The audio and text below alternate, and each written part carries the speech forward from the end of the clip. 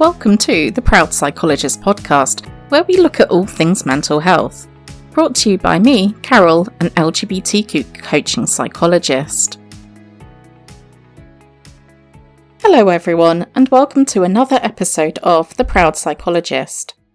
Today's episode is looking at what we can learn from the Disney Pixar film Turning Red. This is a coming-of-age film set in Canada following a 13-year-old girl as she navigates the pools of friends and family, as well as the emotional roller coaster that is teen life. With that said, there's plenty of stuff here that speaks to the struggles of many adults, and we can learn a lot from it as adults. I won't be running through the whole story plot, but there will be spoilers, so if you haven't seen the film but might like to, consider whether to continue with this episode right now. Before we get started, it has been a fair while since the last episode, and I do apologise for that. This was always meant to be a fortnightly podcast, but life got busy, as it tends to do, and I admit that my inspiration for this really dried up. The Inside Out episode proved to be popular, and I'm going to see if similar episodes, like this one, follow the same pattern. So please do let me know what you think after listening to this. I will see what frequency of episodes is sustainable, and I appreciate your patience while I figure this out. With all of that done, let's get on with the episode. Now, Turning Red introduces us to 13-year-old Maylin, most commonly referred to just as May, who routinely bends over backwards to please and satisfy her parents, though most noticeably, this is all directed at her mum, Ming. She's a high achiever at school and fulfills many responsibilities around the home and the family temple because it gets her praise and positive recognition from Ming. Her dad, Jin, is obviously proud of her as well, but his support is clearly unconditional, even if it is muted at times when speaking up would lead to more conflict. Ming's approval is the thing May really is working for.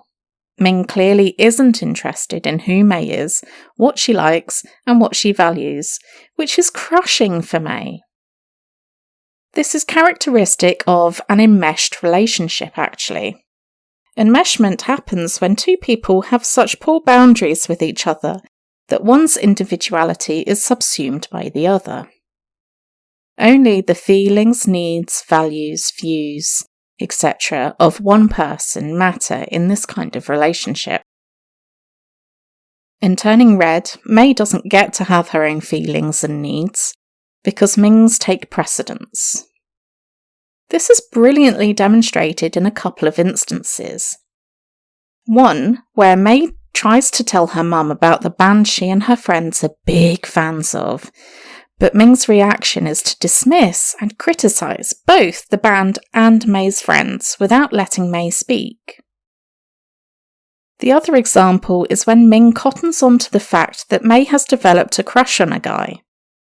Instead of respecting her daughter as her own person with her own feelings and autonomy, Ming unleashes her fury on the guy in question at his workplace, a shop, and in doing so humiliates May. She humiliates May further by showing him and the rest of the people in the shop some drawings of May's that depict her and this guy kissing. What Ming is doing in these instances, completely unintentionally, is to communicate to May that her interests, feelings, friends, etc. are only okay if they align with Ming's. May's friends acknowledge the wonky boundaries that May has with her family when they say to each other, "Oh, she's so brainwashed," after being blown off yet again to do the daily housework. Teenage years are characterised by a need to differentiate from the family. Up to this point, a child's sense of self is tied to the family, and it's at that adolescent point that things start to shift. It's a necessary part of human development, and friends do take on more importance at this point. The trying on of different identities, fashion styles, music tastes, hobbies, and other activities is all part and parcel of it. I think we all know of someone or are someone who, as an adult, still values some of the things they explored as a teenager. It's just that the adult version has more balance with other things. Maybe they recognise that they aren't as diehard about it as they were as a teenager. One of the difficult things for parents about this stage of life is that their child can completely change their tastes, views, etc. in ways that sit directly opposite those of the parents, and they can feel like they don't recognise or can't connect with their kid anymore.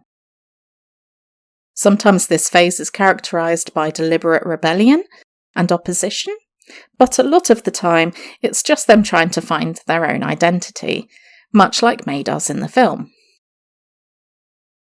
This transition from undifferentiated child to differentiated teenager can be really tricky. When there is enmeshment between the teenager and one or both parents, as May finds out, it can be particularly challenging. Ming does struggle a lot with seeing May engaging in things that she doesn't align with, to the point of being incredibly critical and harsh about it. In the wake of being humiliated in front of her crush and the shoppers, May experiences a few different emotions, including anger and embarrassment. We see her cycling through these in her room while she paces up and down before bed. She then wakes up the next morning as a giant red panda. Of course, she freaks out. How has this happened? What does she do now? And more questions fill her head. She eventually takes some slow, deep breaths and finds that this helps her return back to her human form. However, the strong feelings of joy and relief that she experiences after being back as a human trigger her back into the red panda form. This time, May uses a couple of hairbrushes to provide some soothing physical sensations, as well as doing some slow, deep breathing, and she's human again. Here, she's unlocked the key to her staying human. Avoid strong feelings and keep the emotional experience on an even keel. Doesn't seem to matter whether we would label those feelings as positive or negative. What May is experiencing here is basically emotion dysregulation, and then the power of being able to regulate herself. Her uncontrolled transformations into the red panda are a metaphor for experiencing states of emotion dysregulation because her emotions are so strong that she doesn't know how to handle them. The slow deep breathing and the self-soothing with the hairbrushes are examples of grounding techniques which we utilise to help us get to a state where we are better able to cope with what's going on. They are emotion regulation tools. As the story goes on, it becomes clear that Jin and Ming both knew May would encounter this problem with the uncontrolled red panda transformations, because it runs in the family and has been passed on to May from Ming and her family. May is frustrated that they didn't warn her, but Ming clearly has a lot of shame around her experience of her own red panda. We are drip-fed information about Ming's red panda from a few different characters throughout the film, but essentially it boils down to her not being able to control it and having hurt someone close to her. When we look at this in terms of emotion regulation, it becomes very clear that Ming isn't skilled in emotion regulation herself, instead opting to disown and lock away the dysregulated states, and so couldn't actually help May prepare for or learn how to regulate her emotions, even though she really wanted to. It's a sad realisation to have that we can't help a loved one with something because we aren't able to do it ourselves. Turning red doesn't stop there though, and I'm really glad that it doesn't. It looks beyond self-regulation and actually addresses the often overlooked co-regulation. Co-regulation is basically the name we use for times when people come together to help one or more of them achieve a state of emotion regulation. May experiences this co-regulation for the first time with her friends. When they first find out about her red panda transformations, they are very quick to accept her, regardless of whether she's in human or red panda form. She tries to tell them to leave her alone, but instead they hug her and say, "We love you, May. You're our girl, no matter what. Yeah, panda or no panda." There's a few things going on here. The hugging, which releases oxytocin, the bonding chemical, helps with feeling connected, supported and calmer. Hearing her friends' acceptance and support of her at a time when she's struggling to accept herself proves to be a powerful thing for May too. On top of all of that, sometimes when people are feeling dysregulated, aren't accepting themselves, and they tell others to leave them alone, that's actually the last thing they want. It can be hugely impactful to have people show up for us, like Miriam, Priya and Abby did for May in this scene. Because the unspoken message that they'll always be there can set in without too much opposition from the conscious mind. Being accepted, panda or no panda, is a wonderfully validating thing too. Now, I do need to put a disclaimer in here, because while these are the things which worked for May, we are all different, and how one person responds could well differ from how others would. Some people, for example, who can't accept words of affirmation like that, and might even sit there and argue against them. It is totally counterproductive to spend time arguing with someone about whether you really do accept them, or whether you're just saying it to make them feel better, as an example. So, successful co-regulation can look different for different people. Asking someone what they need, what helps them, and what isn't helpful are all great for beginning to understand how to help someone in particular to regulate. May shows us that we can use our recollections and full re-experiencing of moments which helped us tap into feelings of being safe enough, validated, accepted, loved, connected, cared for, as ways to stay regulated when faced with strong emotions. After that scene, she didn't need to physically be with her friends in order to feel the benefits of those connections.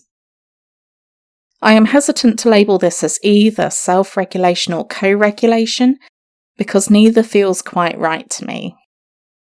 The other people are key to it, but in that moment it is the individual who is re-experiencing the moment and accessing those feelings. I think where I sit on this is it's a delicious combination of the two, a blending of them. Regardless, in this film, May and her friends show us the journey from being intensely dysregulated to exploring self-regulation, to discovering co-regulation, and then realising that regulating people and moments can be recalled to make it easier to handle things going on in the present moment.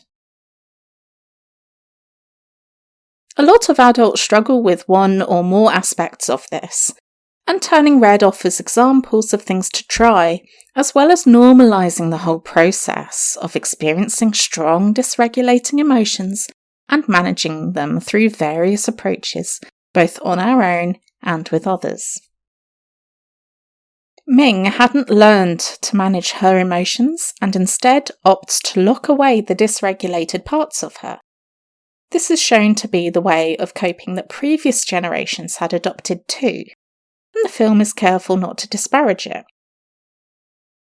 What Turning Red does do, and I fucking love it, is offer up learning how to regulate your emotions as an accessible alternative. The message here is very much one of personal autonomy and the real possibility of learning how to manage your emotions if you wish to. That is not the same as saying that locking up and disowning the dysregulated parts of yourself is healthy. It's just acknowledging that personal autonomy means that we get to choose. And speaking of personal autonomy, this is the perfect opportunity to revisit the topic of Ming and May's enmeshed relationship. Joyfully, they go on a whole journey with a massive conflict when May stops squashing her own interests down and instead stands up to her mum. Ming does eventually hear May, and they manage to reach a point where both are regarded and respected as autonomous individuals with their own valid feelings and experiences. It's a very heartwarming story arc that they go on, and it provides a feeling of hope. Obviously, a film just under 2 hours, where the enmeshment isn't the main focus, is not going to be offering a realistic time frame or depiction of the work involved in turning that around. But I think it does a good job of showing that it can be done with an overview of how the journey could look. I.e., it won't be conflict-free, and both sides do need to meet in the middle. So that's my analysis of the relationship between Ming and May, and May's journey through the film Turning Red by Disney Pixar. I would love to hear your thoughts on this, so please do contact me with your comments and whether this style of episode works for you. You can find my contact details, etc. in the episode description. I do have some other films lined up to do similar things with. If you want me to cover a particular film or TV show, please do let me know. I will entertain and look into all suggested options. So, till next time, take it easy.